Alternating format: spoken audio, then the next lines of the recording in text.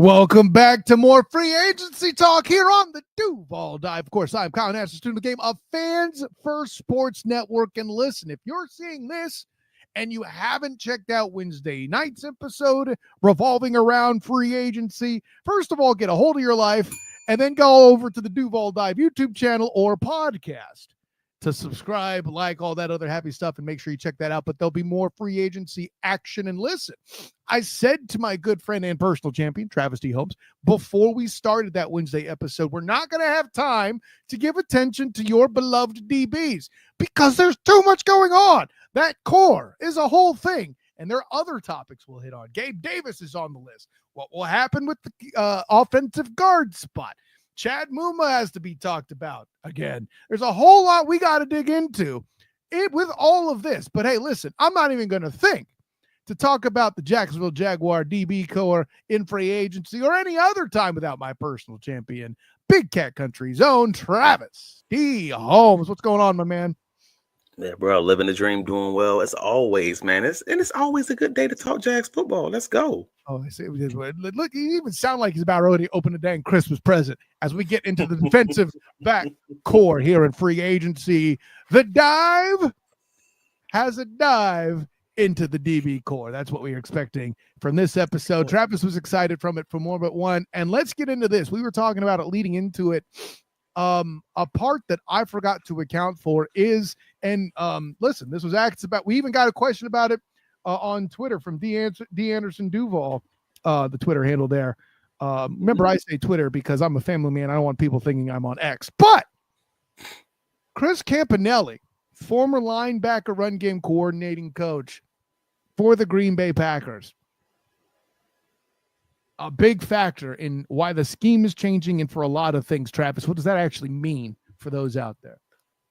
Well, that was a realization for me. And again, I thought it was crazy because I just came to that conclusion literally before we play on this podcast. It just came up in regular conversation like, hey, the Green Bay Packers run game coordinator and linebacker coach last year was Anthony Campanelli in 2024. The Green Bay Packers moved off from Darnell Savage at safety in the end of 2023 because it wasn't going to be a scheme fit.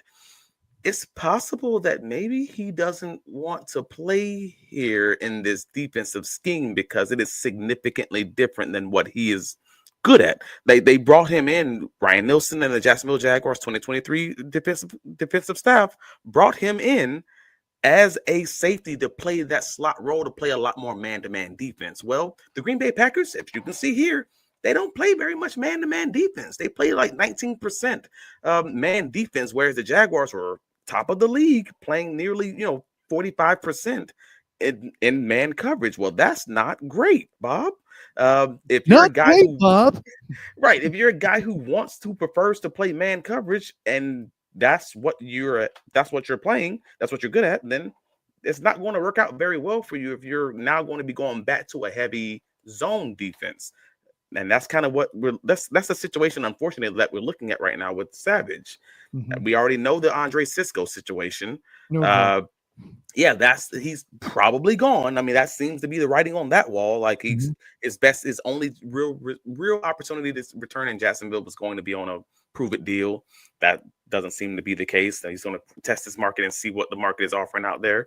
Maybe he'll sign somewhere. We'll see how that goes. A buy low opportunity. And then you have Ronald Darby, again, another player who was brought in to play in Ryan Nielsen's heavy press man, defense.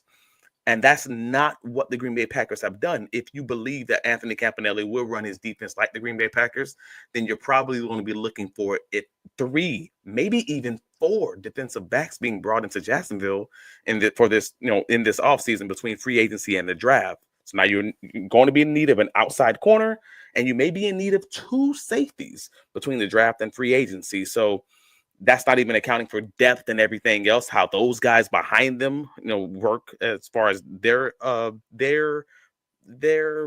guess, preference to man and zone coverage. It's quite possible the Jaguars might need multiple safeties, and this whole room might look significantly different if your name is not Jarian Jones or Tyson Campbell. Among the group of them, the highest number worn, I think I remember Darnell Savage wearing 26 at one point. Let's just say if that was a pair of size 26 pants, I just don't fit. And that's the same thing we're seeing here with this particular scheme set up. That's right. I made it a joke, Travis. By the way, speaking of jokes, I know at one point I had talked about Andre Sisco and the possibility of a song parody. But listen, at this point, the only thing that's more gone than Drew Hill is, in fact, Andre Sisco. See, I got all the jokes, Travis D. Holmes. All the dad jokes. But listen, they have to be dad jokes because how many kids even know about going into the Drew at this point? Anyways, how about feeling sad now? With all that being said, no, and I think scheme is a big part of it too, Travis. I know why you've talked about Will Johnson on this show, about him being a possibility at the 5th overall pick. And should the Jacksonville Jaguars trade back to, like, let's say a 7 or a 10 or something, and they don't come away with Ashton Genty, as we had hinted at with my tinfoil hat in the past, them doing something like that with a cornerback makes a ton of sense. Not just because, by the way, they're disparate at the position. They just need somebody else good. They do have 2 good guys. The problem is Tyson Campbell can't seem to stay on the darn field, and Jarian Jones is into year 2. They're going to probably expect a pretty big leap from him, fair or not. Absolutely. And absolutely, he's going to probably have an opportunity to at least try to man that outside corner spot.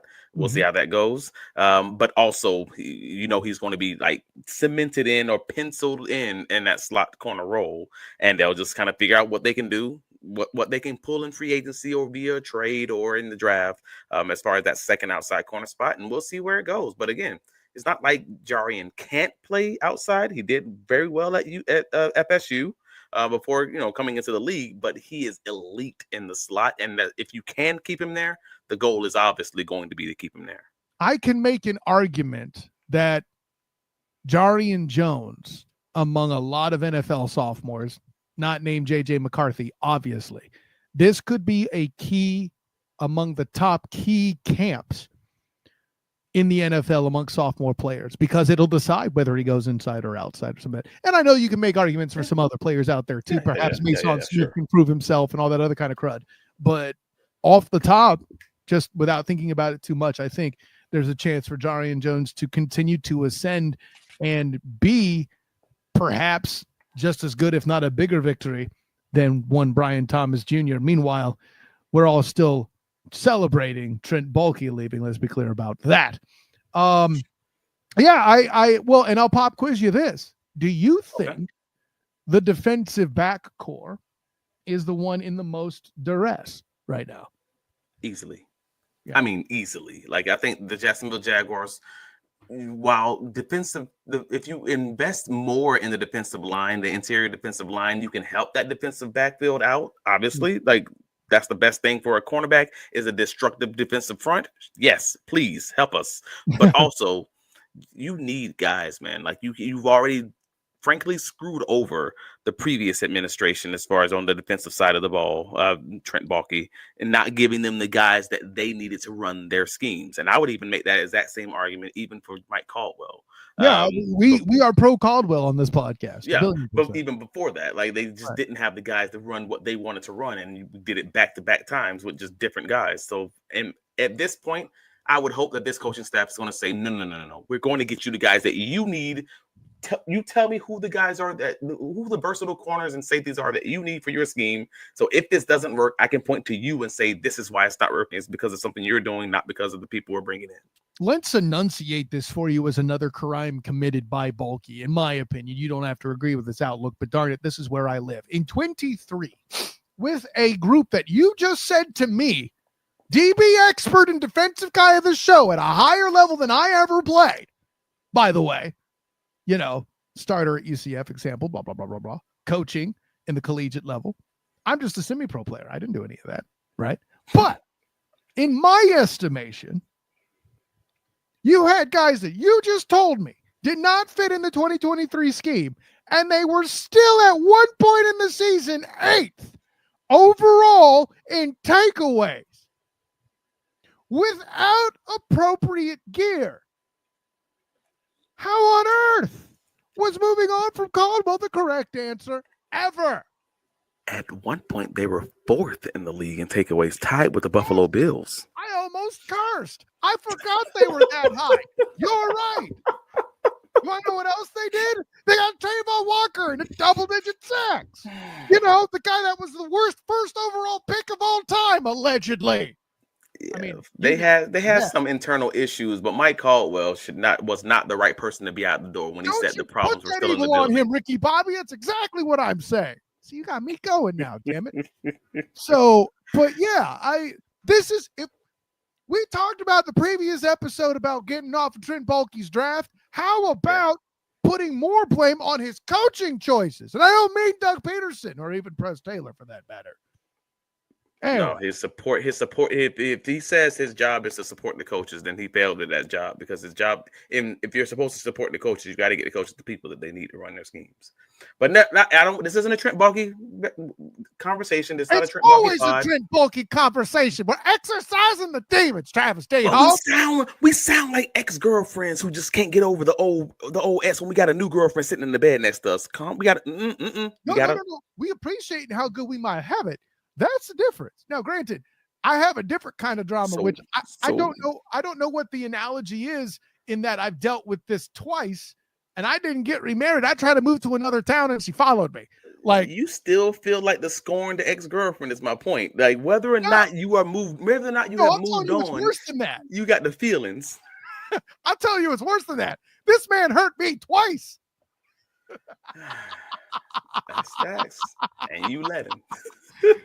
For those who forget, Kyle is a 49er fan, not a card-carrying member of the Duuuval. Yes. Anyways, boy, what a fun time.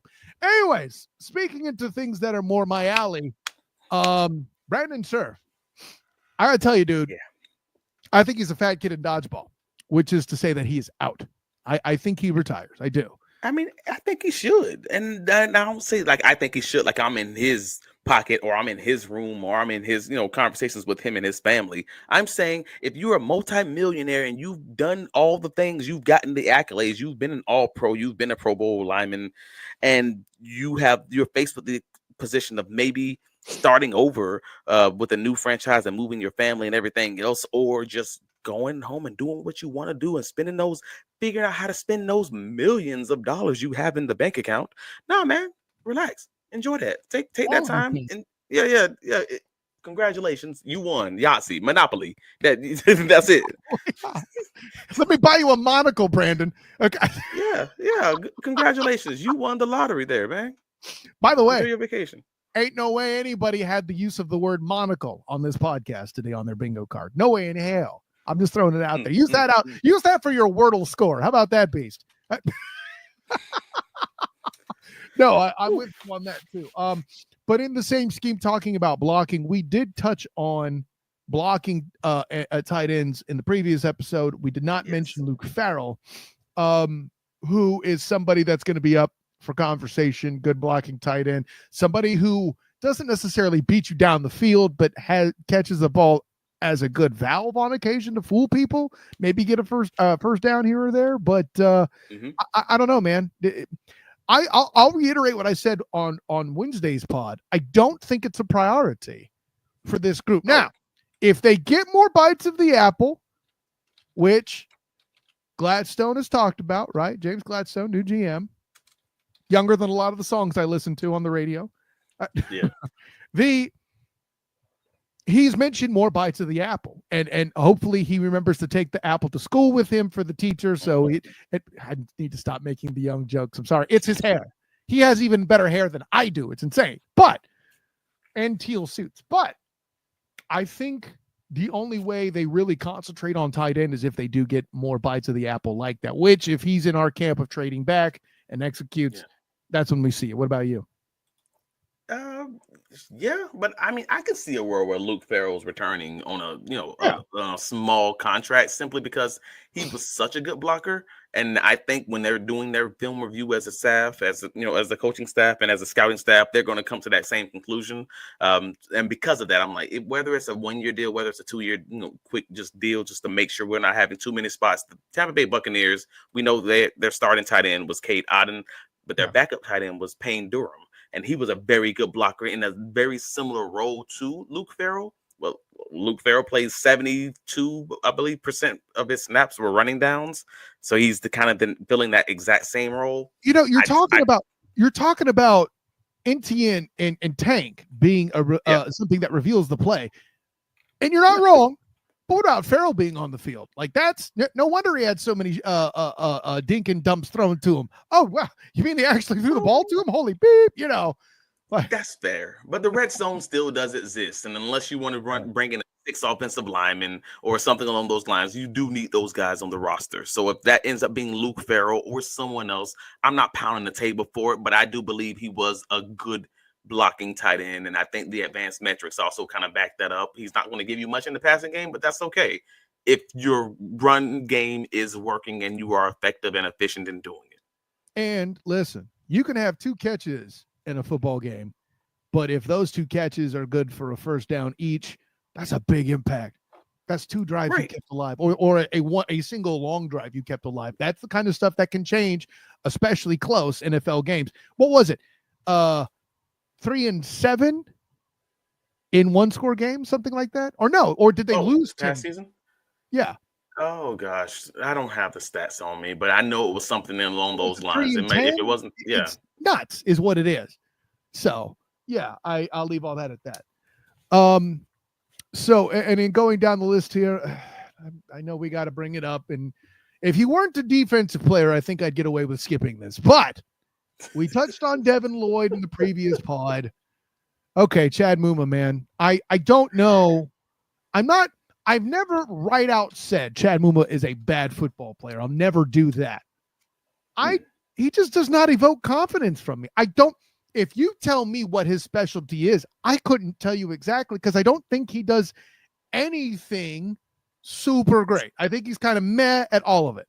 Does that make sense? I mean, but I think that's a lot of the time with linebackers. If you don't see them much, it's probably a great thing and you're feeling good about them. But with Muma, he's had very many highlight plays that had him on the wrong side of the equation. Like, that's fair. And I don't mean that as a knock on him, but it's just an objective truth.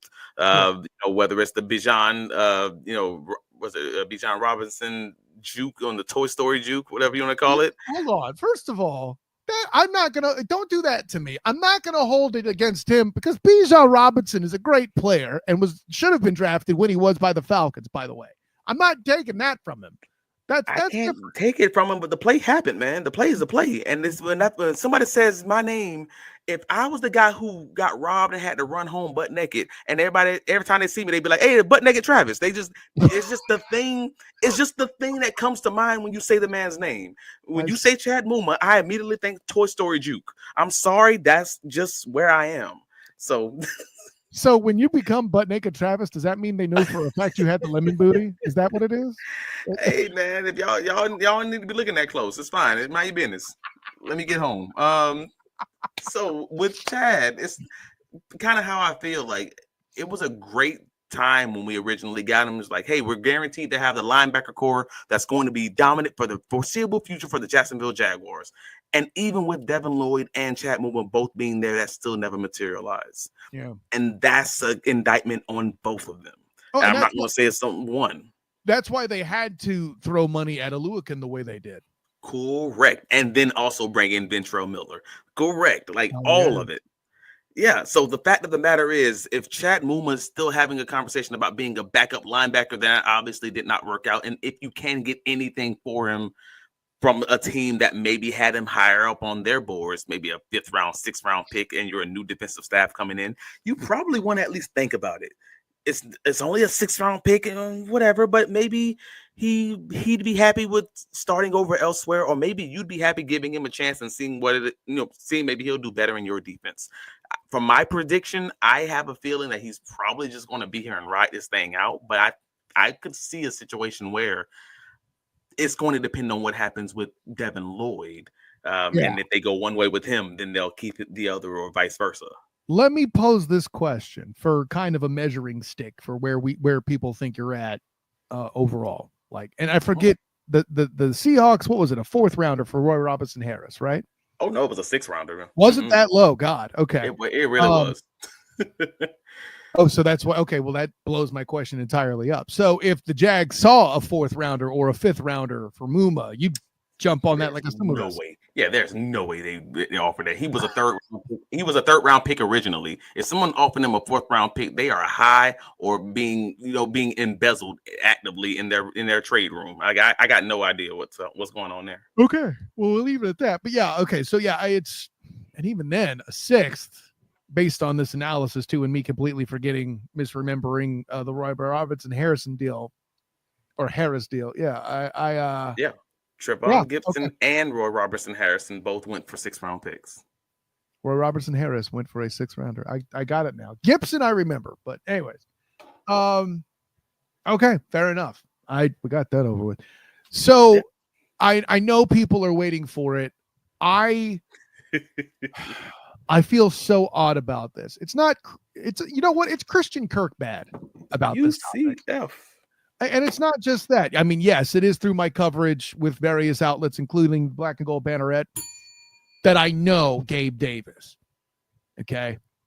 But come on, it's fine. His number is the problem. We'll lead with that, right? His number. You're saying is his contract number. Yeah. Okay. I think that's the biggest problem. We'll lead there. You can't help the club in the tub, and let's be honest, we don't know what you're getting yet from Gabe Davis. The dude has not been healthy in, God, how long? Right, and even the most recent reports, when you see him, he still has that slight limp. Not great, Bob. Just his normal walk. Yeah. And then there's the question, because that's what everybody always says. He was injured throughout camp, and maybe the Gabe Davis we saw in 2024 just wasn't the normal Gabe Davis, and he needed the time to heal. And I fully understand that, and I'm with you there. Maybe he'll be healthy by the start of this season, but I thought it was interesting. Everyone I talked to that saw him directly, they were like, and he still had a little bit of a limp right now, even now, months after the season. And I'm just like, okay, we'll see what happens with it. But to your original point, his contract is an anchor. It is.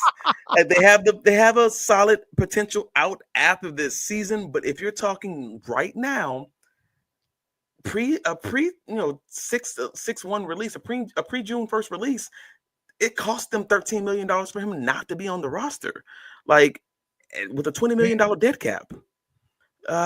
That's not good, and there's no way to make that feel good. But the positive part is the Jacksonville Jaguars aren't in cap trouble, and if there is a reason, I need to get more guys who run my offense, who fit my scheme on the roster. If Liam Cohen has that opinion, he could easily say, "Hey, man, the salary cap has increased over $20 million this year. I'm okay eating it just to get that roster spot open to get another receiver on." You wouldn't even feel the difference. It's ripping a Band-Aid. Here's my retort.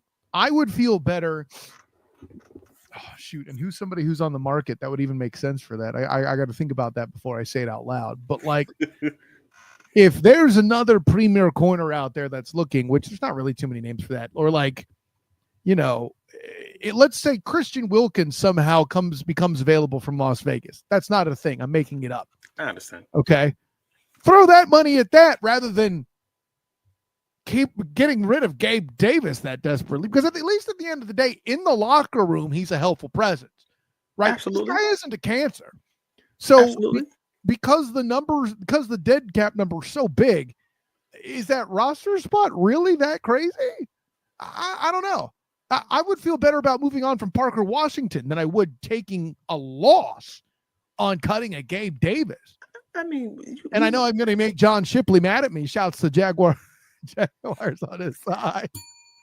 But if we have, I mean, again, if you're just talking about accounting, and if it's truly specifically cost related, you can make it a post June 1st release, and all of a sudden the money starts making sense. You're just spreading it out over 2 off seasons instead of 1. If you truly just want that roster spot, months to heal too, you get an opportunity to see if he stops walking with a limp in 2 months. I think that's worthy, right? And that way, you just make the decision in camp. You just postpone it, make the decision in camp while you have a bigger roster, and see where you land. Because let's be clear, the Jacksonville Jaguars wide receiver room right now is not what it's going to look like after losing Christian Kirk. Sure. Now you have, Parker Washington, you have BTJ, maybe Devin Duvernay, who may or may not be here in another, that's another conversation that needs to be had. And Gabe Davis. That's not a very exciting wide receiver room. Let's see if they bring in Chris Godwin. Let's see if they bring in Cooper Kupp. Let's see if they bring in one more guy as far as a veteran free agent. And you have to assume that they're going to also draft a guy. I mean, those numbers all of a sudden they start dwindling quickly now. Yeah, you say Duvernay. Personally, I don't know if Tim Jones is still in the room or not, but I take him. The room. I take him over Duvernay. I would. Why? Because I've seen more special team success from him overall in preseason, at least. In 2024, you did? Yeah. Sorry. Duvernay has one awesome, I might add, big play with the new rules. That's basically it. Now, granted, you watch more film than I do, so you could be like, hell, you're ignorant. And that's possible.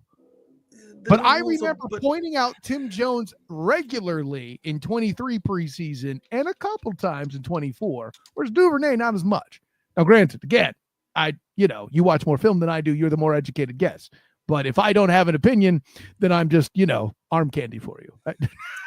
I mean, that's going to be it. I don't have a strong opinion. I will be clear in saying that. My opinion is not strong, and it's a Devin Duvernay versus a Tim Jones conversation. Tim Jones is reportedly a great special teams player. I do say reportedly because I don't know how to feel about that, because when you're talking about a guy who has 3 receptions as far as his play on offense, and I believe last time I checked, it was 3 tackles in 2024. For someone who's a special teams guru, that don't sound very guru-ish. That sounds like 3 plays, and maybe he's like a Trayvon Walker situation where he's making a lot of plays that just aren't measurable on the stats. I get that. I'm not crazy enough to say that, but I just think if you're saying Devin Duvernay and Tim Jones, they're both special teams guys, and the only coach that was retained was the special teams guy. He's going to want his guys, like Heath Farwell. He's going to want his guys who made him keep his job. That's Tim Jones. That's Devin Duvernay. We'll see how that goes. And I think the best point's already been made by you. I think the best move is to decide it in camp. Load up on wide receivers. Yeah. Let somebody fight it out. That's fine. I mean, hell, who was it? They brought in, I forget the vet offhand, Landry. They brought in Jarvis Landry. Jarvis Landry, right. Yeah. Mm-hmm. Okay, let him fight it out. Landry didn't make it. Great that they brought him in, though, because he has some things to teach BTJ, apparently, if you believe what they said about each other in the dang press. BTJ followed that man everywhere he went. Yeah. Well, yeah, I'm trying to tell you. That man made the most impact on a football team without being on the damn roster I've ever seen. And all it was Ricky Minicamp. You're not wrong there.